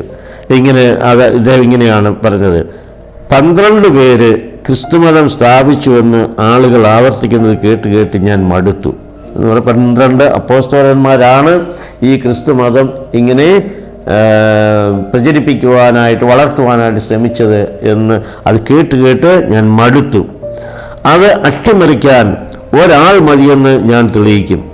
പക്ഷേ അദ്ദേഹത്തിൻ്റെ മരണത്തിന് ശേഷം തലമുറകൾ കടന്നുപോയി.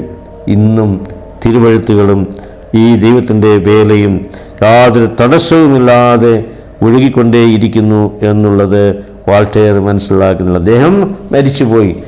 ഞാൻ ഒരുത്തൻ മാത്രം മതി, അതില്ലായ്മ ചെയ്യും, ആ ഒരു പേര് പോലും ഇല്ലാതാക്കും എന്ന് പറഞ്ഞ വോൾട്ടയർ ഈ ലോകത്ത് നിന്ന് മാറ്റപ്പെട്ടു.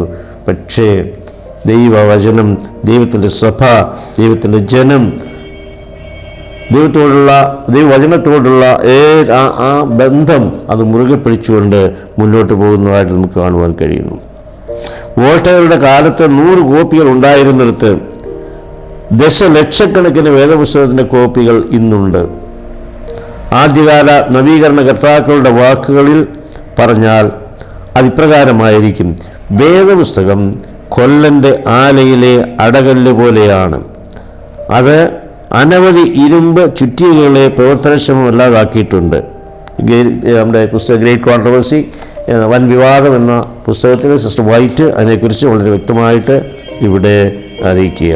അപ്പം 100 പുസ്തകം 100 ഭാഗത്തായിട്ട് ഓരോ പുസ്തകം ഉണ്ടായിരുന്നിടത്ത് ഇപ്പോൾ ദശലക്ഷക്കണക്കിന്, ഞാൻ നേരത്തെ പറഞ്ഞതുപോലെ ഒരു വീട്ടിൽ തന്നെ 5ഉം 6ഉം 8ഉം 10ഉം ബൈബിളുകൾ ഓരോ മേശപ്പുറത്തും ഓരോ കട്ടിലിൻ്റെ മുകളിലും ഓരോ ബുക്ക് ഷെൽഫിലും നമുക്ക് കാണുവാൻ കഴിയുന്നു. അത്രമാത്രം ഇതിൻ്റെ വളർച്ച, പുസ്തകത്തിൻ്റെതായ വളർച്ച ഉണ്ടായി എന്നുള്ളത് നാം കാണുക. ദൈവവചനത്തിനെതിരായ ഈ ആക്രമണങ്ങളിൽ വശീകരിക്കപ്പെടാൻ നാം ഒരിക്കലും അനുവദിക്കരുത്. വളരെ ശ്രദ്ധയോടെ നാം മനസ്സിലാക്കേണ്ട ഒരു വിഷയമാണ് അവിടെ. വളരെ ശക്തമായ സംഘടിതമായ ആക്രമണം ദൈവ വേലയോടും ദൈവസഭയോടും ദൈവവചനത്തോടും ഒക്കെ ഉണ്ടാകും. കാരണം പിശാച് തുടക്കം മുതലേ ഇത് എങ്ങനെയെങ്കിലും നശിപ്പിക്കണം, ഇല്ലായ്മ, ഇതിൻ്റെ ആധിപത്യം തനിക്കായിരിക്കണം എന്നുള്ള നിർബന്ധത്തിലാണ് സാത്താൻ പ്രവർത്തിച്ചുകൊണ്ടിരിക്കുന്നത്. പക്ഷേ കർത്താവായ യേശു ക്രിസ്തു തൻ്റെ ക്രൂശിലെ മരണത്തോടുകൂടി അവനെ പരാജയപ്പെടുത്തി. പക്ഷെ അവൻ ഇന്നും അതിശക്തമായ ലോകത്തിൽ ഊടാടി നടക്കുന്നുണ്ട്. അവന് നാം വശംവദരാകാതെ, അടിമയാകാതെ നാം മുന്നോട്ട് പോകേണ്ടത് നമ്മുടെ ഉത്തരവാദിത്വമാണ് എന്ന് നാം മനസ്സിലാക്കുക. ഇവിടെ അടുത്ത വ്യാഴാഴ്ചത്തെ പാഠത്തിൻ്റെ ഭാഗത്തേക്ക് വരുമ്പോൾ, ശത്രുക്കളുടെ ആക്രമണങ്ങൾക്കിടയിലും ഭൂമിയിലെ ദൈവത്തിൻ്റെ പ്രവൃത്തി മഹത്തായ ഒരു പാരമ്യത്തിലെത്തും. എത്ര പ്രതിസന്ധി ഉണ്ടായാലും, എത്ര ആക്രമണങ്ങൾ നേരിട്ടാലും ദൈവത്തിൻ്റെ പ്രവൃത്തി ഭയങ്കരമായ തലത്തിലേക്ക് എന്ന് പറഞ്ഞാൽ മഹത്തായ ഒരു പാരമ്യത്തിലേക്ക് എത്തിച്ചേരും എന്ന് പറയുന്നു. ഭൂവാസികളായ സകല ജാതിയും ഗോത്രവും ഭാഷയും വംശവുമായവരോട് സുവിശേഷം പ്രസംഗിക്കപ്പെടും. 14 വെളിപ്പാട് 14 6 വാക്യത്തിലാണ് അപ്രകാരം എഴുതിയിരിക്കുന്നത്. ഭൂവാസികളായ സകല ജാതിയും ഗോത്രവും ഭാഷയും വംശവും ആയവരോട് സുവിശേഷം പ്രസംഗിക്കപ്പെടും എന്ന്. അപ്പം നമുക്കറിയാമല്ലോ, ഒരു മൂല പോലും മാറ്റിവെക്കാൻ കഴിയാത്ത വിധത്തിൽ എല്ലായിടത്തും ദൈവത്തിൻ്റെ വചനം ശക്തമായി കടന്നു ചെല്ലും എന്ന് പറഞ്ഞാൽ, ആ പോരാട്ടത്തിൽ സാത്താനും ദൈവവുമായിട്ടുള്ള, സാത്താൻ്റെ ജനവും ദൈവത്തിൻ്റെ ജനവും ആയിട്ടുള്ള ദൈവത്തിൻ്റെ വചനവും സാത്താൻ്റെ കൗശലവും തമ്മിൽ ഉള്ള ആ പോരാട്ടത്തിൽ തീർച്ചയായും അവസാന വിജയം ദൈവത്തിൻ്റെ ശക്തിക്കായിരിക്കും, ദൈവജനത്തിനായിരിക്കും, ദൈവവചനത്തിനായിരിക്കും എന്ന് ഇവിടെ നമ്മെ എടുത്ത് നമ്മളെ ഓർമ്മിപ്പിക്കുന്നു. ഭൂവാസികൾ ക്രിസ്തുവും സാത്താനും തമ്മിലുള്ള വൻ പോരാട്ടം നരകശക്തികളെ ക്രിസ്തു പൂർണ്ണമായും പരാജയപ്പെടുത്തുന്നതോടെ അവസാനിക്കും. ദൈവരാജ്യം തിന്മയുടെ മേൽ വിജയിക്കും. പാപം ഈ പ്രപഞ്ചത്തിൽ നിന്ന് എന്നേക്കുമായി തുടച്ചു നീക്കും എന്ന് വെളിപ്പാട് പുസ്തകം 11-ാമത്തെ അധ്യായത്തിൽ നമുക്ക് അത് പഠിക്കുവാൻ കഴിയുന്നു. പാപത്തെ എന്നേക്കുമായി തുടച്ചു നീക്കും ഈ ഭൂമുഖത്ത് നിന്ന് എന്ന് നമുക്ക് കാണുവാൻ കഴിയും. 11:15 മുതൽ 18 വരെയുള്ള ചില വാക്യങ്ങളുടെ നമുക്ക് വായിക്കാം.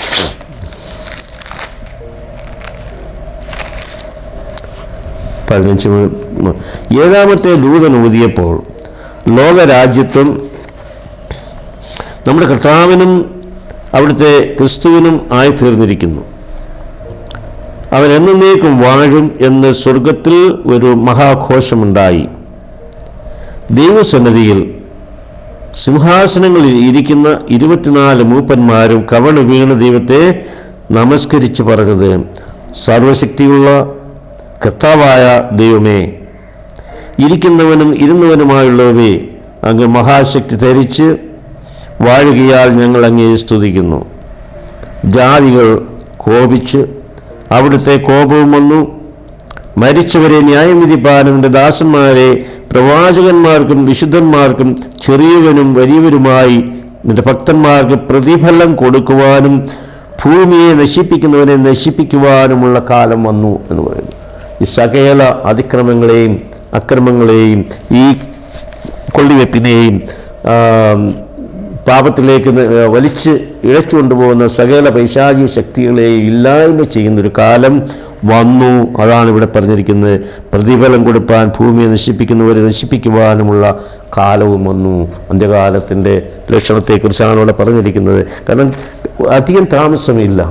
ദൈവത്തിൻ്റെ മഹത്വം ഈ ഭൂമിയിൽ വെളിപ്പെടുവാൻ, ശക്തമായി വെളിപ്പെടുവാൻ ഉള്ള സമയം ആയിരിക്കുന്നു. പ്രിയമുള്ളവരെ, ദൈവകർത്താവിൻ്റെ ആ സത്യത്തിൻ്റെ വിജയം ഇവിടെ മറ്റുള്ളവരുടെ മുമ്പിൽ നമുക്ക് കാണുവാൻ സാധിക്കും, വെളിപ്പെടുവാൻ സാധിക്കും. ശത്രുക്കളുടെ ആക്രമണങ്ങളുടെ ഭൂമിയിലെ ദൈവത്തിൻ്റെ പ്രവൃത്തി മഹത്തായ ഒരു പാരമ്യത്തിൽ എത്തിച്ചേരും. നമ്മൾ വായിച്ചു, ഭൂവാസികളായ സകല ജാതികളും ഗോത്രവും ഭാഷയും വംശവുമായവരോട് നിത്യസുവിശേഷം അറിയിക്കേണ്ട ഉത്തരവാദിത്വം നമുക്കെല്ലാം ഉണ്ട്. കർത്താവിൻ്റെ വരവ് ഏറ്റവും ആസന്നമായിരിക്കുമ്പോൾ നമുക്ക് നമ്മുടേതായ ഉത്തരവാദിത്വവും നമ്മുടെ പങ്കും നിവർത്തിപ്പാൻ നാം ബാധ്യസ്ഥനാണ് എന്ന് നമ്മെ ഓർപ്പിക്കുന്ന ഒരു ഭാഗമാണ് സത്യത്തിൻ്റെ വിജയം നമുക്കവിടെ കാണുവാൻ കഴിയുന്നത്. ഈ ലോകത്തിൻ്റെ രാജ്യം നമ്മുടെ കർത്താവിൻ്റെ രാജ്യമായി മാറിയിരിക്കുന്നു. ക്രിസ്തു വിജയിച്ചു, തിന്മ പരാജയപ്പെട്ടു. യേശു വിജയിക്കുന്നു, സാത്താൻ തോൽപ്പിക്കപ്പെടുന്നു. നീതി ജയിക്കുന്നു, സത്യം വാഴുന്നു. താഴെ പറയുന്ന നിർദ്ദേശം നാം ശ്രദ്ധിക്കുന്നത് നന്നായിരിക്കും. മനുഷ്യരുടെ ശക്തിയിന്മേൽ കെട്ടിപ്പടുക്കുന്നതെല്ലാം നശിപ്പിക്കപ്പെടും. എന്നാൽ എന്നേക്കും സ്ഥിരമായിരിക്കുന്ന ദൈവവചനത്തിന്മേൽ കെട്ടിപ്പടുക്കുന്നതൊക്കെയും എന്നേക്കും നിലനിൽക്കും എന്ന് സിസ്റ്റർ വൈറ്റ് നമ്മെ ഓർമ്മിപ്പിക്കുന്നുണ്ട്. ദൈവത്തിൻ്റെ വചനത്തിൻ്റെ അടിസ്ഥാനത്തിൽ കെട്ടിപ്പടുക്കുന്നതൊക്കെയും നിലനിൽക്കും, അല്ലാത്തതൊക്കെയും നശിച്ചു പോകും, നശിപ്പിക്കപ്പെടും എന്നാണ് അവിടെ സിസ്റ്റർ വൈറ്റ് നമ്മെ ഓർമ്മിപ്പിക്കുന്നത്. സ്വർഗത്തിലെ ദൈവത്തിൻ്റെ ആലയം യോഹന്നാൻ്റെ കാഴ്ചയ്ക്കായി തുറന്നു. അവൻ അതിവിശുദ്ധ സ്ഥലത്ത് നോക്കിയപ്പോൾ നിയമപ്പെട്ടകം കണ്ടു. പഴയ നിയമ ദൈവാലയത്തിൻ്റെ സ്വർഗത്തിലെ മഹത്തായ സമാഗമന കൂടാരത്തിൻ്റെ മാതൃകയിലുള്ള സമാഗമന കൂടാരമുണ്ട്. നിയമപ്പെട്ടകത്തിൻ്റെ പുറംചട്ടയിൽ രൂപപ്പെടുത്തിയിരിക്കുന്ന 2 മാലാഖമാരുടെ മധ്യത്തിൽ ദൈവത്തിൻ്റെ മഹത്തായ സാന്നിധ്യം വെളിപ്പെട്ടു. പെട്ടകത്തിനുള്ളിൽ ദൈവത്തിൻ്റെ നിയമം ഉണ്ടായിരുന്നു. വിശ്വാസത്താലും കൃപയാലും മാത്രമേ നാം രക്ഷിക്കപ്പെടുകയുള്ളൂ. എന്നാൽ ദൈവ നിയമത്തോടുള്ള അനുസരണം നമ്മുടെ വിശ്വാസം യഥാർത്ഥമാണോ എന്ന് വെളിപ്പെടുത്തുന്നു. ദൈവത്തിൻ്റെ നിയമമാണ് ന്യായവിധിയുടെ അടിസ്ഥാനവും മാനദണ്ഡവും. ഈ വസ്തുത അവസാന കാലത്ത് വളരെ പ്രധാനപ്പെട്ടതും പ്രസക്തവുമാണ് എന്ന് ഇവിടെ നമ്മെ ഓർമ്മിപ്പിക്കുകയാണ്. ഒന്നുകൂടെ ആ ഭാഗം വളരെ ഗൗരവമുള്ള ഒരു ഭാഗമാണ്. ദൈവത്തിൻ്റെ ആലയം ഇവിടെ നമ്മുടെ 10 കൽപ്പനയെക്കുറിച്ച് നമുക്കെല്ലാം അറിയാം. അതിൻ്റെ ആ സ്വർഗത്തിൻ്റെ കവാടം തുറന്ന വെളിപ്പാടുകാരനായ യോഹന്നാൻ അത് കാണുന്ന കാഴ്ചയാണ് പറയുന്നത്. അവിടെ നിയമപ്പെട്ടവൻ കണ്ടു. പഴയ നിയമ ദേവാലയത്തിൻ്റെ സ്വർഗത്തിൻ്റെ മഹത്തായ സമാഗമന കൂടാരത്തിൻ്റെ മാതൃകയിലുള്ള സമാഗമന കൂടാരമുണ്ട്. നിയമപ്പെട്ടകത്തിൻ്റെ പുറംചട്ടയിൽ രൂപപ്പെടുത്തിയിരിക്കുന്ന 2 മാലാഖമാരുടെ മധ്യത്തിൽ ദൈവത്തിൻ്റെ സാന്നിധ്യം, മഹത്തായ സാന്നിധ്യം അവിടെ വെളിപ്പെട്ടു. പെട്ടകത്തിനുള്ളിൽ ദൈവത്തിൻ്റെ നിയമമുണ്ടായിരുന്നു. അപ്പം ദൈവത്തിൻ്റെ ന്യായപ്രമാണവും 10 കൽപ്പനയും അവിടെ ദൃശ്യമായിട്ടും ന്യായവിധിയിൽ ആവശ്യമായതെല്ലാം അവിടെ സ്വസ്ഥമായി സമാഹരിച്ച് സൂക്ഷിച്ച് വെച്ചിരിക്കുന്നു എന്നുള്ളത് നാം ഇവിടെ മനസ്സിലാക്കുക. ദൈവത്തിൻ്റെ നിയമം അതിൽ വിശ്വാസത്താലും നമ്മളത് വിശ്വസിക്കണം. അതങ്ങനെ ഉണ്ട്, അതിൻ്റെ അടിസ്ഥാനത്തിലാണ് നമുക്ക് ന്യായവിധി ഉണ്ടാകുന്നത് എന്നുള്ള കാര്യം നാം വളരെ വിശ്വാസത്താലും നമ്മുടെ ദൈവത്തിൻ്റെ കൃപയാലും നമുക്ക് രക്ഷിക്കപ്പെടുവാൻ കഴിയും എന്നുള്ള ദൈവ നിയമത്തോടുള്ള അനുസരണം, നമ്മുടെ വിശ്വാസം യഥാർത്ഥമാണോ എന്ന് വെളിപ്പെടുത്തുന്നു. ദൈവത്തിൻ്റെ നിയമമാണ് ന്യായവിധിയുടെ അടിസ്ഥാനവും മാനദണ്ഡവും എന്ന് യാക്കോബിൻ്റെ ലേഖനത്തിൽ 2-ാമത്തെ അധ്യായത്തിൻ്റെ 12-ാമത്തെ വാക്യത്തിൽ പറയുകയാണ്. അതായത് എന്താണ്, ഒന്നുകൂടെ അത് വായിക്കാം. നമ്മുടെ വിശ്വാസം യഥാർത്ഥമാണോ എന്ന് വെളിപ്പെടുത്തും ദൈവത്തിൻ്റെ നിയമമാണ് ന്യായവിധിയുടെ അടിസ്ഥാനവും മാനദണ്ഡവും. എല്ലാവരും ഇപ്പോഴും പലരും പറയും അതൊന്നും വേണ്ട, വിശ്വാസം മാത്രം മതി, വിശ്വസിച്ചാൽ മതി, കർത്താവായ യേശു ക്രിസ്തുവിൽ വിശ്വസിച്ചാൽ മതി, വേറൊന്നും ഇല്ല എന്ന് പറഞ്ഞ് സിംപ്ലിഫൈ ചെയ്യുന്ന ഒരു കാലഘട്ടമാണ് ഇന്ന് നമ്മുടെ പയ്യൻ. എന്നാൽ അതിൻ്റെ അർത്ഥമല്ല. വിശ്വാസം എന്നതോ അത് പ്രവൃത്തിയില്ലാത്ത വിശ്വാസം വ്യർത്ഥമാണ് എന്നാണ്. അപ്പോൾ ഇതെല്ലാം നമ്മുടെ പ്രവൃത്തിയിൽ കൂടിയാണ്. വിശ്വാസം ഉണ്ടെങ്കിൽ നമ്മുടെ പ്രവൃത്തിയിൽ കൂടി നാം അത് ഫലപ്രദമാക്കി എടുക്കണം എന്നുള്ളത് നമ്മെ ഓർപ്പിക്കുകയാണ്. അവസാന ഭാഗത്തേക്ക് നാം കടന്നു വരികയാണ്. വെള്ളിയാഴ്ചത്തെ ഭാഗത്തിലെ ഒരു കൊട്ടേഷൻ ഞാൻ വായിച്ചിട്ട് ഇവിടെ അവസാനിപ്പിക്കാം. ഇവിടെ ഫ്രാൻസ് പരസ്യമായി വേദപുസ്തകത്തെ തിരസ്കരിക്കുകയും ദൈവത്തെ ദുഷിക്കുകയും ചെയ്തപ്പോൾ ദുഷ്ടന്മാരായ ആളുകളും അന്ധകാരത്തിൻ്റെ ആത്മാക്കളും ഒത്തുചേർന്ന് തങ്ങളുടെ നേട്ടത്തിൽ ആഹ്ലാദിച്ചു. അവർ കാത്തിരുന്ന ലക്ഷ്യം നേടി. അവരുടെ ലക്ഷ്യം ദൈവത്തിൻ്റെ നിയമത്തിൻ്റെ നിയന്ത്രണങ്ങളിൽ നിന്ന് മുക്തമായ ഒരു രാഷ്ട്രമായിരുന്നു. അപ്പം സാത്താൻ്റെ ഒരു വലിയ പ്രവർത്തന കാലഘട്ടത്തെക്കുറിച്ചാണ് അവിടെ പറഞ്ഞിരിക്കുന്നത്. ആ ഫ്രഞ്ച് വിപ്ലവത്തിന് ശേഷം അവർ ദൈവത്തിൻ്റെ കൽപ്പനകളും ദൈവത്തിൻ്റെ വചനവും എല്ലാം ഇല്ലായ്മ ചെയ്ത് അവർ സന്തോഷിക്കുന്ന ഒരു സമയത്തെക്കുറിച്ച് അവിടെ പറഞ്ഞു. എന്നാൽ സാത്താൻ്റെ ദുഷ്ടപ്രവൃത്തികൾക്ക് തടയായി നിൽക്കുന്ന ദൈവത്തിൻ്റെ ആത്മാവ് തൻ്റെ പ്രതിരോധം പിൻവലിക്കുമ്പോൾ സാത്താൻ്റെ പ്രവർത്തനങ്ങൾ ശക്തമാകും. മനുഷ്യന് ദുരിതം സമ്മാനിക്കുന്നതിലാണ് സാത്താൻ്റെ ആനന്ദം. മറുതലിപ്പിൻ്റെ വഴി തിരഞ്ഞെടുത്തവർ അതിൻ്റെ ഫലങ്ങൾ അനുഭവിക്കുവാൻ അനുവദിക്കപ്പെട്ടു. എഴുതി വിവരിക്കുവാൻ കഴിയാതെ വണ്ണം അത്രയ്ക്ക് ഭീകരമായിരിക്കുന്നു അതിൻ്റെ ഫലങ്ങൾ. ദേശം കുറ്റകൃത്യങ്ങളാൽ നിറഞ്ഞു. തകർന്നടിഞ്ഞ നഗരങ്ങളിൽ നിന്നും നശിച്ചുപോയ പ്രവിശ്യകളിൽ നിന്നും ഭയാനകമായ നിലവിളി കേട്ടു. നിരാശയുടെയും ഭീതിയുടെയും നിലവിളികളായിരുന്നു അത്.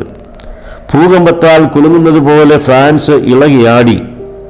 മതം, നിയമം, സാമൂഹ്യ കെട്ടുപാട്, കുടുംബം, രാഷ്ട്രം, സഭ എന്നിവ തകർന്നു. ദൈവ കൽപ്പനയ്ക്കെതിരായി ഭക്തികെട്ടവർ എഴുന്നേറ്റപ്പോൾ മേൽപ്പറയപ്പെട്ട സ്ഥാപനങ്ങൾ തകർന്നു എന്ന് എഴുതി വായിച്ച് ഇവിടെ പറയുന്നത്. ഫ്രാൻസിന് സംഭവിച്ച വലിയ അന്ത്യം നിരാശയുടെയും കഷ്ടതയുടെയും നഷ്ടത്തിൻ്റെയും ഒക്കെയും ഒരു സമയം, ഒരു കാലഘട്ടം. ഫ്രാൻസ് എത്രമാത്രം ദൈവത്തിൻ്റെ തേജസ്സിനെ അകറ്റുവാൻ, ദൈവവചനത്തെ ഇല്ലായ്മ ചെയ്യുവാൻ, ദൈവജനത്തെ കൊല്ലുവാനും നശിപ്പിക്കുവാനും ഈ ക്രൈസ്തവ ഗോളം മുഴുവനായി ഇല്ലായ്മ ചെയ്യുന്നതിനായിട്ട് പരിശ്രമിച്ച ഫ്രാൻസിൻ്റെ അവസ്ഥയാണ് ഇവിടെ നമുക്ക് വായിക്കുവാൻ കഴിഞ്ഞത്. അവരുടെ ഇപ്പോഴത്തെ അവസ്ഥയാണ് ഇവിടെ പറഞ്ഞിരിക്കുന്നത്. തകർന്നടിഞ്ഞ നഗരങ്ങളിൽ നിന്നും നശിച്ചുപോയ പ്രവിശ്യകളിൽ നിന്നും ഭയാനകമായ നിലവിളി കേട്ടു. നിരാശയുടെയും ഭീതിയുടെയും നിലവിളിയായിരുന്നു അത്. ഭൂകമ്പത്താൽ കുലുങ്ങുന്നത് പോലെ ഫ്രാൻസ് ഇളകിയാടി. മതം, നിയമം, സാമൂഹിക കെട്ടുപാട്, കുടുംബം, രാഷ്ട്രം, സഭ എന്നിവയെല്ലാം തകർന്നു. ദൈവകൽപ്പനയ്ക്കെതിരായി ഭക്തി കെട്ടവർ എഴുന്നേറ്റപ്പോൾ മേൽ പറയപ്പെട്ട സ്ഥാപനങ്ങളെല്ലാം തകർന്ന് തരിപ്പണമായി എന്ന് എലൻ ജി വൈറ്റ് സാക്ഷ്യപ്പെടുത്തുന്നു. വെളിപ്പെടുത്തുന്ന ഓരോ ചുമതലയും അനുഷ്ഠിക്കുകയും ഓരോ പ്രകാശരശ്മിയും കൈക്കൊള്ളുകയും ചെയ്തുകൊണ്ട് സഭ ദിവ്യ പരിപാലനത്തിൻ്റെ വാതിലിലൂടെ പിന്തുടർന്നില്ലെങ്കിൽ ആചാരമനുഷ്ഠാനങ്ങളുടെ രൂപഘടനയായി തീർച്ചയായും അധപ്പതിക്കും. കൂടാതെ സുപ്രധാനമായ ദൈവഭക്തിയുടെ ആത്മാവ് അപ്രത്യക്ഷമാകും. വളരെ ഒരു മുന്നറിയിപ്പാണ് സിസ്റ്റർ വൈറ്റ് ഈ സമയത്ത് നമുക്ക് അവിടെ നൽകുന്നത്. വളരെ ദുഃഖകരമായ ഒരവസ്ഥയാണ് സംഭവിക്കാൻ പോകുന്നത് എന്ന് ഇവിടെ പറയുന്നു. അതുകൊണ്ട് മതേതരവുമായ അധികാരങ്ങളാൽ വേദപുസ്തകത്തെ നിരോധിച്ചപ്പോൾ, അതിൻ്റെ സാക്ഷ്യം വികലമാക്കപ്പെട്ടപ്പോൾ, പിശാചും മനുഷ്യനും ചേർന്ന് മനുഷ്യഹൃദയങ്ങളെ വേദപുസ്തകത്തിൽ നിന്നും അകറ്റിയപ്പോൾ, അതിൻ്റെ വിശ്വാസ സത്യങ്ങൾ ഘോഷിക്കുവാൻ ശ്രമിച്ചവർ വേട്ടയാടപ്പെട്ടു, ഒറ്റിക്കൊടുക്കപ്പെട്ടു, പീഡിപ്പിക്കപ്പെട്ടു, വിശ്വാസത്തിനു വേണ്ടി രക്തസാക്ഷിത്വം വഹിച്ചു, അല്ലെങ്കിൽ പർവ്വത നിരകളിലേക്കും ഭൂമിയുടെ ഗുഹകളിലേക്കും ഓടിപ്പോകുവാൻ നിർബന്ധിതരായി. അവർ രക്ഷെടുത്തു പ്രവചിച്ചു. 1260 സംവത്സരങ്ങളോളം അവരുടെ സാക്ഷ്യം തുടർന്നു. കൂരിരുട്ടിൻ്റെ നാളുകളിൽ ദൈവവചനത്തെ സ്നേഹിച്ച് വിശ്വസ്തരായിരുന്ന ആളുകളുണ്ടായിരുന്നു. അവർ വളരെ തീഷ്ണതയുള്ളവരായിരുന്നു. ഈ വിശ്വസ്തരായ ദാസന്മാർക്ക് ഈ സമയത്തിലുടനീളം ദൈവത്തിൻ്റെ സത്യം പ്രഖ്യാപിക്കുവാനുള്ള ജ്ഞാനവും ശക്തിയും അധികാരവും ദൈവം സ്വർഗത്തിൽ നിന്ന് നൽകി അവരെ കാത്തു സൂക്ഷിച്ചു എന്നുള്ളത് നമ്മൾ ദൈവത്തിൻ്റെ ശക്തി, ദൈവവചനം, ദൈവത്തിൻ്റെ വായിൽ നിന്ന് പുറപ്പെട്ടത് അത് ഒരിക്കലും ദൈവം തിരിച്ചെടുക്കുകയില്ല എന്ന് ദൈവത്തിൻ്റെ വചനത്തിൽ കൂടി ദൈവം നമ്മെ ഓർമ്മിപ്പിക്കുന്നു. ദൈവവചനം അനുസരിച്ച് ദൈവത്തിൻ്റെ വ്യവസ്ഥകളെ പാലിച്ച് സാത്താൻ്റെ ഈ ദുർക്കൂട്ടുകെട്ടുകളിൽ നിന്ന്, പൈശാചിക പോരാട്ടങ്ങളിൽ നിന്ന്, ഈ വൻ വിവാദത്തിൽ നിന്ന് നമുക്ക് രക്ഷ നേടുവാൻ ദൈവത്തിൻ്റെ പരിശുദ്ധാത്മാവ് നമ്മെ ഓരോരുത്തരെയും സഹായിക്കട്ടെ എന്ന് ഞാൻ ആത്മാർത്ഥമായി പ്രാർത്ഥിക്കുന്നു.